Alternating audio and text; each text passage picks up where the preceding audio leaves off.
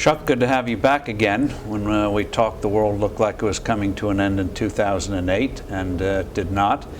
I'd like to just quickly hit on your philosophy. You go for a micro cap and small cap. Could you quickly define those and then get to the metrics of what you look for in these things? Sure. We are small cap investors, under $2.5 billion, micro under 750. Those are arbitrary numbers, but we've sort of had that definition, that small cap, for some time. Why that part of the universe? It is the most exciting, most interesting area of the stock market world. It is broad, it is deep. There are 5,000, 7,000 domestic companies, 20, 30,000 foreign companies in that cap range. So there's always something to do. We cannot look at all the companies, and we're a pretty big player in this universe. So even though, thanks to technology, you can follow more things than ever before and people have more tools to comb for bargains, you feel there's just so much out there that it's like the California gold rush. It is an evergreen universe. There are always companies that are dropping down. Let's say they get into trouble, they get smaller. There are new IPOs. There's, even in a bad year, there's a couple hundred IPOs. In a good year, there's 500 or 600. There are spin-offs, so there's a constant new opportunity set. And in terms of metrics, what do you specifically look for in small companies? We're looking for that unusual combination of sustainable high returns on assets. We want to own the company for a long time, ideally, forever, but a very long time, certainly 3 to 5 years. So we're looking for very sustainable. Turnover is low. Turnover is low. That's the only way you can do it in this world. You obviously look at things like dividends, return on investment. Absolutely. Believe it or not, in the small cap world, there are lots and lots of dividend paying companies. So the metrics that are good for big caps are perfectly good for this part of the universe. Most people don't think they're there in the small cap world. Most people associate small caps with very high risk, or brand new companies or losing companies, and that's just not true. In terms of, you mentioned you like to hold these things. Does that mean the company has to be around for a while, or can it be a new one that you think has the prospects of longevity?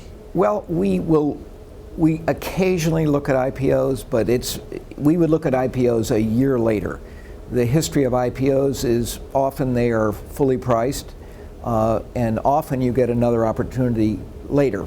So we set up a screening device to monitor IPOs, but we think of them about 6 months or a year or 2 years later. And in terms of management, what do you look for management there? You go beyond numbers. We go beyond numbers, of course. We're looking to understand the strategy, the strategy. Often these are thin at the top management teams, so we have to believe in the leader. We have to believe in the culture.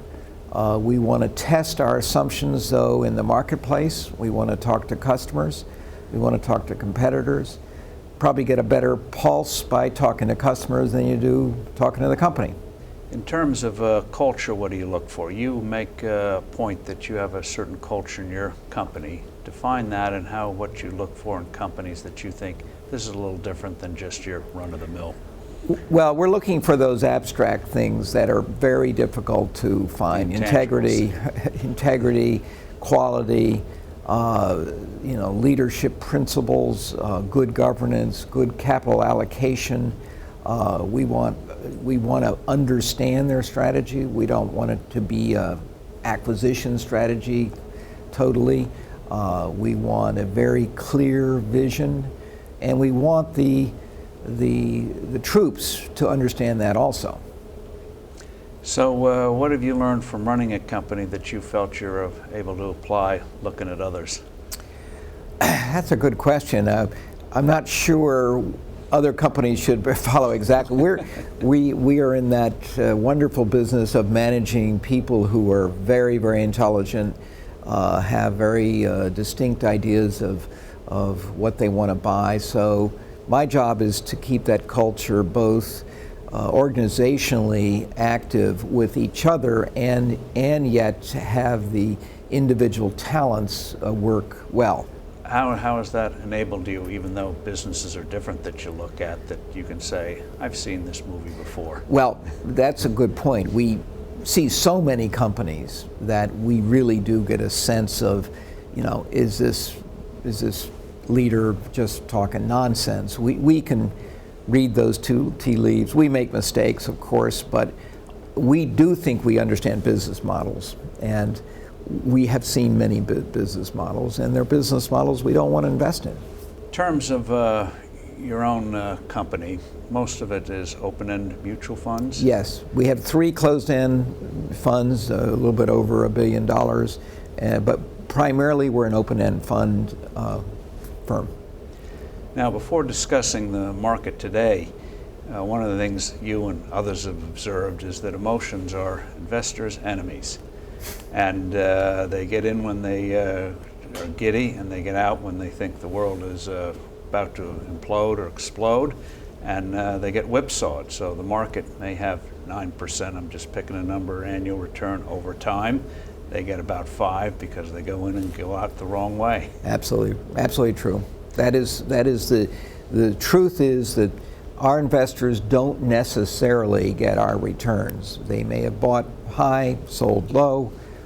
That phenomena you just described is a very real one. And how have you done with redemptions since the last few years of We're testing? having redemptions. It started about a year ago in the summer. Last year we had a 20%. So this was in response to the debt crisis and people just saying this I think volatility is too much. that's running across the board now. It's true in all equities. They're being redeemed. Bond funds are still being purchased. It's hard to believe, but people believe that bonds are, the answer here. But equities are being redeemed across the board. And I know what you're going to say, but we'll get it on the record. You're not buying bonds. No, we're not buying bonds. We are. I am definitely think we have a better period ahead. Which gets to your being a fan of equities these days. What do you see in equities that you think, if I could be so bold to put up a headline, this was in USA Today. Mm-hmm. It says, "Invest in stocks, forget about it." That's their lead headline, lead article, and it was a wonderful description of what's going on today in the retail investor. They're giving up. They're purging themselves of equities. They're giving up. They've had 12 years of almost zero returns. They've had 5 years of zero returns. And this is the complete opposite of the 12 years that ended in 2000, from 88 to 2000. Complete opposite, where returns were high, optimism was high. We have the reverse in effect now. And I think this phase is coming to an end also.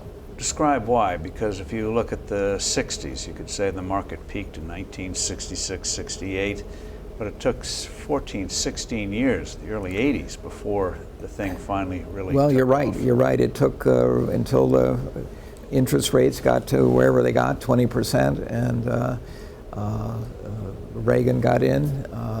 Well, I'm not sure exactly what the tipping point will be. I'm not sure I could point to the exact tipping point in 81 either. I know it happened in August because I remember it when it happened. But I do think this is a long enough period. 12 years is a long time for essentially zero returns. I very much believe in reversion to the mean as a very powerful fact. You never at the time know what's going to change things. My guess is that people are going to lose money in bonds, and that's going to change the psychology on bond funds. You lose 5%, you could lose 5% like that. Lose 10%, you're going to really be regretting it. That could happen this year or next year. What do you see in stocks now that you like? Well, in the small cap world, there are many, many myths and many, many opportunities. There's a big myth that you can't find high quality that small stocks are all filled with sort of junky companies. That's just not true. We have many of our funds that sort of focused on the very high quality end of the small cap world, and there's plenty to choose from both here and around the world. And they pay dividends. And they pay dividends, absolutely. They're dividend paying small stocks, significant numbers. What are your funds that pay dividends? Well, one's called attention. One's called Total Return, and one is called Dividend Value, Royce Dividend Value. They're both doing fine in this sort of rocky time.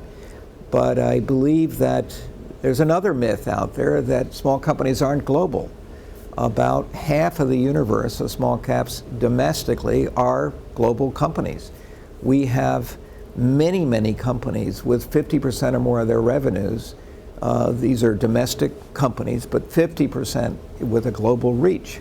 The world is global, and small caps are certainly leading that. When you look at sectors today, you obviously focus, as you say, on small caps. Are all sectors in the doghouse now? Why do you think small might be better than big or medium? Well, the small is not necessarily better, but I think it is equal to any market condition. And the way we do small is we're very risk adverse. We definitely are. There's a seeming contradiction, small and risk averse. Well, we want to climb up the same mountain without falling down. As you know, risk, to me, a value investor basically is a risk manager. And these companies are smaller by definition. They are more volatile. So you have to sort of apply a more risk aversion techniques to the process. We do that through only buying strong balance sheets, being very price conscious about how we buy things. So we like to think that most of the time we reduce volatility and still achieve the higher returns that are possible. Now, when people think of small cap, they think must be more volatile, but you believe you can pick ones that the volatility is no worse than what you I get absolutely believe that, and that's sort of our record. In terms of the cold hand, you might call it, everyone went through a hit in 2008, 2009. It was a brutal year. And getting back to emotions, isn't that precisely the time one should start wading in? Sure. If we apply our game correctly, we should add risk when other people are running. You know, we should be adding risk, actually. We did add risk, and we went to being fully invested in that 08-09 period.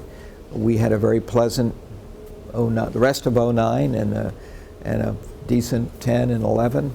Our 5-year numbers are, you know, they're okay. They're not earth-shattering, but they're, you know, above zero. And what case would you make vis-a-vis index funds?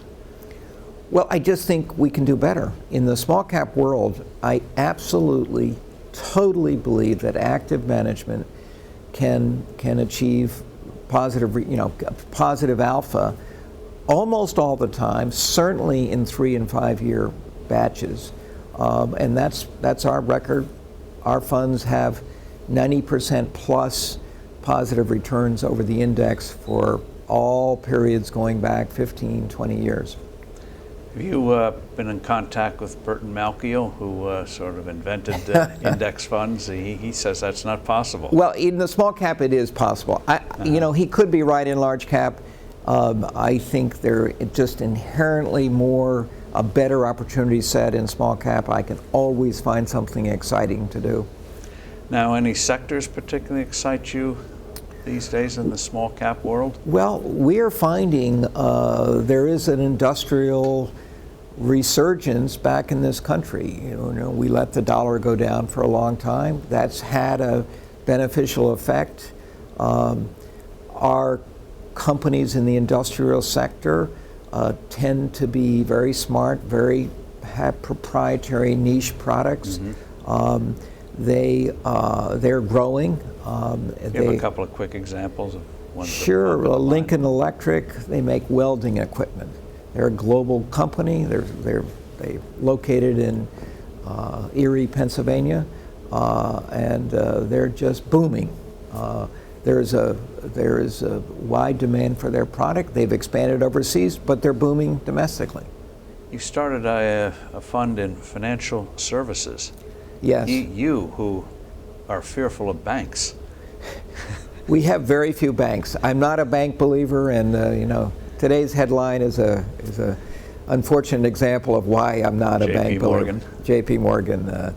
That's a real head shaker.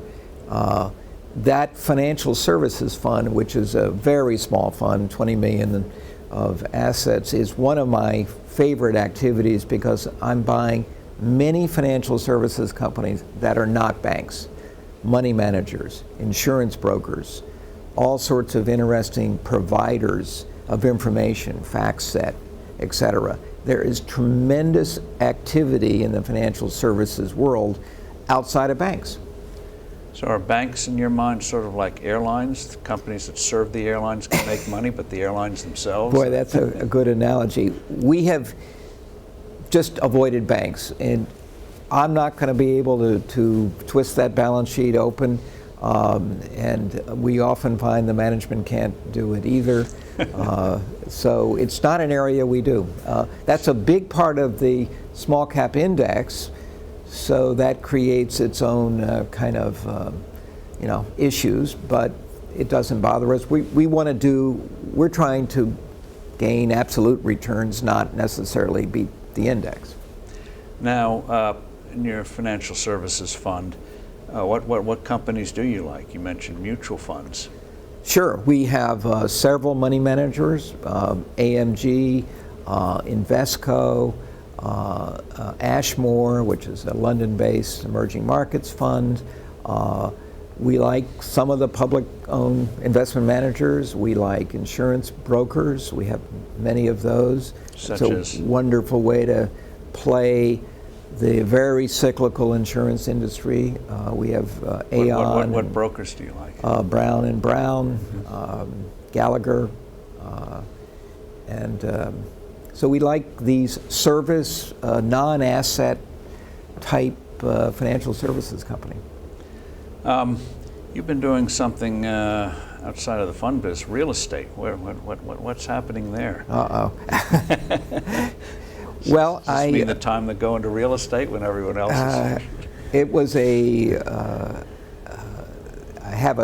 live in a summer community, Watch Hill, Rhode Island, and there was a wonderful old hotel there that a developer was going to tear down, and that just broke my heart. So I bought the site and rebuilt the hotel, and now I know what developers live through. I'm not likely to do it again, but I'm pleased, and it's come out very, very well. It's the thing on being optimistic today when everyone else is pessimistic. Have you ever seen a time when companies' balance sheets, I'm talking about big companies, small companies, are in aggregate as strong as they are today? It is extraordinary. Our portfolios have rock solid balance sheets. They get better and better. They're not necessarily hiring the way Right. we would all like, but their balance sheets are in great shape, and their profit margins are at all-time highs, and they're fearful, but they are understanding of their sort of what they have to do. They are ensuring their future, and I'm thrilled with that. And you think in terms of hiring, is that a result of just the sheer uncertainty out there? So you fortify your balance sheet and just wait and see what unfolds? I think there's that. There's regulation. There is, there is fear about, many things. I think companies are beginning to do more M&A. That's picking up, although it's been slow. I think that will continue. Smaller companies buy competitors, large companies buy small companies. That's definitely going on. Sometimes it's cheaper to buy your neighbor than it is to build a plant. The environment for small companies, is it still semi-hospitable in this country, or do you fear that in a few years it's not going to be the soil's not going to be quite as beneficent? Well, we're all thinking about tax rates, what's going to happen. We're all waiting for the sort of grand reform I think it is a missing element that's dramatically needed in this society, is a true fiscal reform. Certainly taxes are a critical part of that. Flat tax, wonderful idea. Inflation. Are you worried about inflation when you look at the Fed has done, or do you think it may happen, but that's already well, it's reflected in a the sort of price yes/no equities? thing. In the short term, you have to break inflation into so many component parts. There is inflation going on. It's modest. I think the Fed is doing the right thing, more or less, but the consequences we're all going to have to deal with. That's why fiscal reform is so critical. And having lived through 2008, which none of us had seen, you had to go back to the 30s or 1907 to see something like that. Any lessons to take from it, or is this just the black swan on steroids and not likely to happen again? Well, that's a very good question. I think that the lessons there is things can happen. I was very proud of how this country recovered quickly. And I think, we have clearly our financial system, our banking system is in much better shape than European system. I think that's going to hold us in good stead in the next half dozen years. And you have a lot of funds. How in the world do you think of small cap? You've sliced and diced it in many different ways. Quickly explain how that's come about. We did that over time, and we have sliced and diced it. Small cap is big. It is over a couple $1 trillion in the small cap world, so it's a very large universe. It's 8,000 companies. We have divided it into micro and small and SMID. Yes, we've done that. We've divided it into some concentrated products and some dividend-paying products, all to make our job easier, and I think it benefits the clients also. You've put that headline in front of us. That person who is fearful, what's the one fund you would say, put your toe in this one? I think our dividend value fund would be just right for almost anybody. Chuck, thank you very much. You're welcome, Steve. Great talking with you.